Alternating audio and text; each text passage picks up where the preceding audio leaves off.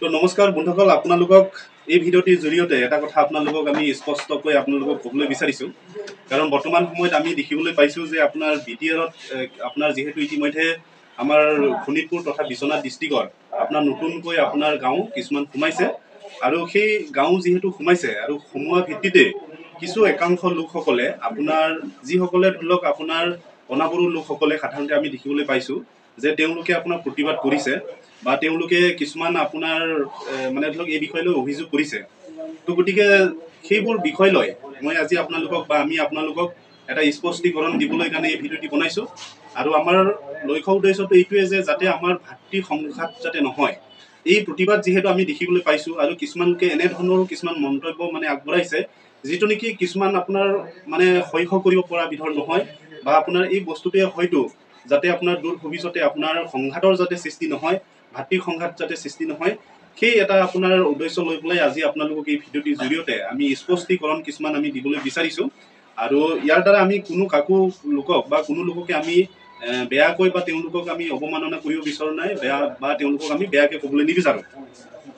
তো গতিকে বন্ধুসকল, আমি আজিও দেখিছোঁ, যোৱাকালিও দেখিছোঁ বা এইকেইদিন আমি দেখিবলৈ পাই আছোঁ যে একাংশ লোকসকলে যিসকলে অনাবৰু লোক হয় বা কিছুমান দলীয় সংগঠন লোকসকলে আপোনাৰ মিডিয়াত আহি পেলাই তেওঁলোকে কৈছে যে আপোনাৰ বিমাৰী লক্ষীপথাৰ যিটো আপোনাৰ BDTৰ বা বিহালীৰ আপোনাৰ বিমাৰী লক্ষীপথাৰ অঞ্চলত আপোনাৰ একাংশ লোকসকলে আপোনাৰ প্ৰতিবাদ কৰিবলৈ আমি দেখিবলৈ পাইছোঁ যে তেওঁলোকে ক'বলৈ বিচাৰিছে যে আপোনাৰ 99% তাতে আপোনাৰ অবড়ো লোকসকল আছে, আৰু গতিকে গোটেই অবড়োৰ গাঁওকেইটা গোটেইখিনি সোমাই গ'ল বুলি কৈছে।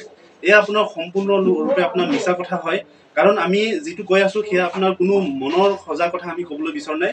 এয়া আমাৰ লগত আপোনাৰ তথ্য আছে। এয়া হ'ল আপোনাৰ সিদিনাখন ওলোৱা আপোনাৰ ড্ৰাফ্ট কপি হয়।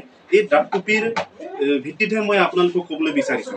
ইয়াতে মই আপোনালোকক দেখাই দিব বিচাৰিছোঁ, ইয়াত আপোনাৰ প্ৰথম ইয়াত আমি এটা লৈছোঁ, ইয়াত আপোনাৰ 89 নং বীৰ লাচিত উচ্চ স্কুল বুলি কোৱা এটা আপোনাৰ PS আৰু PS নং হয়। এইটো আপোনালোকক কৈছোঁ। এয়া ভোটাৰ কেন্দ্ৰৰ অন্তৰ্গত গাঁৱৰ নাম হ'ল বিমাৰী জাৰণী অংশ মানে পাৰ্ট। আৰু ইয়াতে আমি দেখিবলৈ পাইছোঁ যে পুৰুষৰ আপোনাৰ ইয়াতে ভোটাৰ লিষ্টত নাম সোমাইছে 8জনৰ আৰু মহিলাৰ 6জনৰ, টোটেল 14জনৰ ইয়াতে নাম সোমাইছে। আৰু ইয়াত যদি আপুনি চাবলৈ যায় গোটেইখিনি আপোনাৰ নাৰ্জাৰী, দৈমাৰী বা আপোনাৰ তেনেধৰণৰ ইয়াতে আপোনাৰ ফাটামাৰী তেনেধৰণৰ উপাধিৰ লোকসকলকহে ইয়াত আপুনি দেখিবলৈ পাব। গতিকে ইয়াত আপোনালোকে চাব পাৰে যে ইয়াত আপোনালোকেও ড্ৰাফ্ট কপি ওলাই পেলাই চাব পাৰে। ইয়াতে যিটো আপোনাৰ 89 নং বীৰ লাচিত উচ্চ স্কুল বুলি কয়, যি আপোনাৰ PS নাম হয় আৰু PS নং হয়, এইটোৰ ভিত্তিত আপোনাৰ বড়ো লোকসকলৰ নাম ইয়াতে 14জনৰহে সোমাইছে। আৰু দ্বিতীয়তে আমি ইয়াত আপোনালোকক আৰু এটা আছে, ইয়াত আপোনাৰ টোটেল 3টা আপোনাৰ PS আপোনাৰ সোমাইছে। 91 নং বনগাঁও LP স্কুল পশ্চিম অংশ বুলি কৈ সোমাইছে। এয়া হ'ল আপোনাৰ বিমাৰী বনগাঁও অংশ বুলি কৈ ইয়াতে আছে। ইয়াতো আপোনাৰ টোটেল সোমাইছে 103জন, তাৰে পুৰুষ আপোনাৰ 44জন আৰু মহিলা আছে 59জন। আৰু ইয়াতো আপোনালোকে যদি চাবলৈ যায় তেতিয়াহ'লে ইয়াতো গোটেইখিনি আপোনাৰ আমাৰ যিসকল আপোনাৰ ধৰি লওক বড়ো যিসকল জনগোষ্ঠীৰ লোক হয় তেওঁলোকৰ আমি ইয়াতে দেখিবলৈ পাইছোঁ। তো গতিকে ইয়াত আপোনাৰ অনাবড়ো তেনেকুৱা আমি ইয়াতে দেখিবলৈ পোৱা নাই। তাৰপিছত আপোনাৰ আৰু এটা আমি ইয়াত দেখিবলৈ পাইছোঁ 90 নং PS নংটো হয় আৰু বনগাঁও LP স্কুল পূব অংশ। ইয়াতো আপোনাৰ টোটেল 29টাহে আপোনাৰ ইয়াতে ভোটাৰ সোমাইছে, আৰু পুৰুষ আছে 15জন আৰু মহিলা আছে 14জন। গতিকে ইয়াতো আপুনি যদি চাবলৈ যায় তেতিয়াহ'লে গোটেইখিনি দৈমাৰী, বসুমতাৰী এনেধৰণৰহে ইয়াত আপুনি দেখিবলৈ পাব। গতিকে এয়া আমি তথ্যভিত্তিক কৈছোঁ।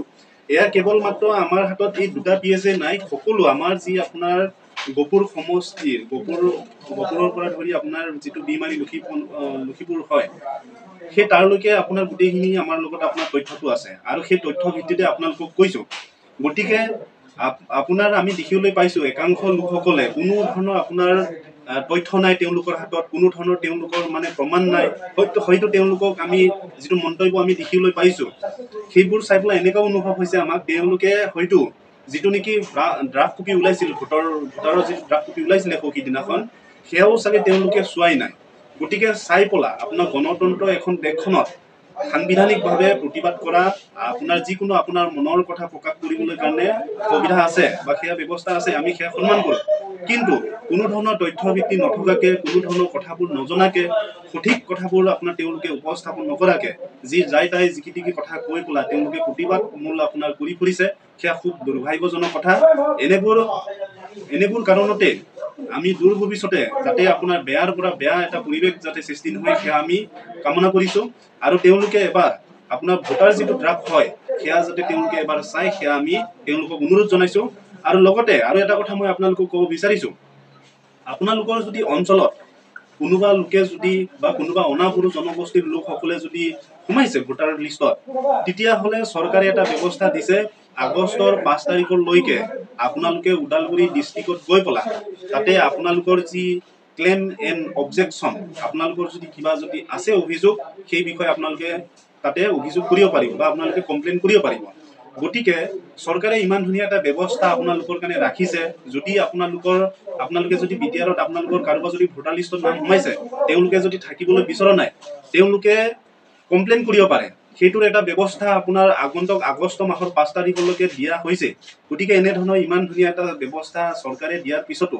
আপোনাৰ প্ৰতিবাদ আপোনাৰ হৈছে সেয়া খুব দুৰ্ভাগ্যজনক কথা প্ৰতিবাদ হ'ব নালাগে মোৰ মতে আপোনালোকে যদি থাকিব বিচৰা নাই কোনোবা লোকসকলে তেতিয়াহ'লে আপোনালোকে গৈ পেলাই কমপ্লেইন কৰক আপোনালোকৰ নামটো কাটা খাব নিশ্চয় তো গতিকে বৰ এটা বেছি আপোনালোকক নকওঁ ইমানেই ক'লো আমাৰ এই উদ্দেশ্য এটাই হয় যে যাতে আপোনাৰ কোনো ধৰণৰ যাতে বিশৃংখলতা আমাৰ মাজত যাতে সৃষ্টি নহয় আমাৰ যি সুস্থিৰ যি পৰিৱেশ সেয়া যাতে বজাই থাকে বা সেয়া থাকে আমি সেয়া কামনা কৰিছোঁ আৰু বিনা ধৰণৰ মানে কোনো ধৰণৰ সত্যতা আপোনালোকে নজনাকে আপোনালোকে যি ভুল ব্যাখ্যা আপোনালোকে মিডিয়াৰ আগত দাঙি ধৰিছে সেয়া যাতে আপোনালোকে নকৰে সঠিক তথ্যটো আপোনালোকে এবাৰ চাওক তাৰপিছত আপোনালোকে উপস্থাপন কৰক যদি আপোনালোকে দেখি পাইছে যে কোনোবা লোকে সোমাইছে অপুৰুষ জনগোষ্ঠীৰ লোকসকল তেতিয়া কমপ্লেইন কৰিবলৈ কাৰণে চৰকাৰে যিহেতু ব্যৱস্থা ৰাখিছে তো গতিকে সেই ব্যৱস্থাৰ আজিৰে আপোনালোকে গৈ পেলাই আপোনালোকৰ নামটো কৰ্তন কৰক সেয়াই আমি